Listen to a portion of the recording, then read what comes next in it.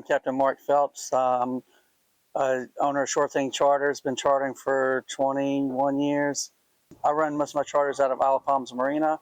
I've got this 25-foot center console and a Hells Bay skiff that I've had for a while, and do a lot of flats inshore fishing, also do a lot of ocean nearshore fishing.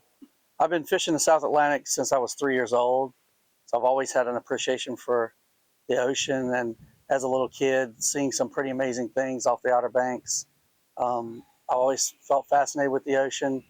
I grew up in the Jacques Cousteau era, so everyone got to see a lot and learn a lot about the ocean. I'm very analytical, so being a fishing guide and learning every day is different.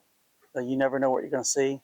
Kind of in a lake, you kind of know what to expect. You know what's in that lake, but in the ocean, there's just so many variables, so many things. So every day is a new adventure. I kind of realized, like, not only am I in the service industry, I'm providing a service, but I'm really almost a teacher. And it's taken me until the last couple of years of having kids really learning that that's really what I'm doing, is I'm teaching people how to do what I know how to do, but teaching people about fishing best practices, like descending devices, dehooking tools, a lot of things about bear trauma, and teaching them what to do if they're on their own and do this. This is how to handle a situation. And that seems really rewarding for me. Yeah, so probably maybe 8 years ago, 8 or 10 at this point, the cobia fishery was a big topic that had been closed for several years, and I was frustrated with the way some of the management was going. So I actually attended some of the public forums and asked a lot of questions that I guess either were really good or not good, but I got invited to attend the MREP class, and that really hit home with me as far as getting to see where the other side was with the fisheries. And since then, I was then asked to be on the South Atlantic panel for information education, and I've been on that for almost 6 years now already, and working on some really cool projects with them, as well as continuing to see the pros and cons of the fisheries management.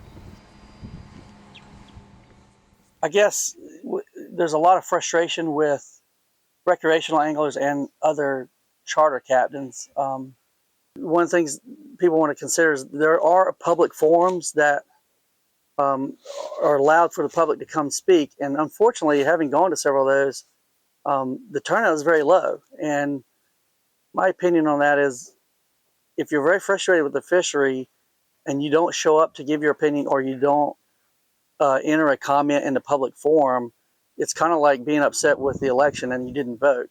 So please get out and attend some of these public forums, or at least make public comment, so that these ideas that you may have that you're frustrated with can be addressed.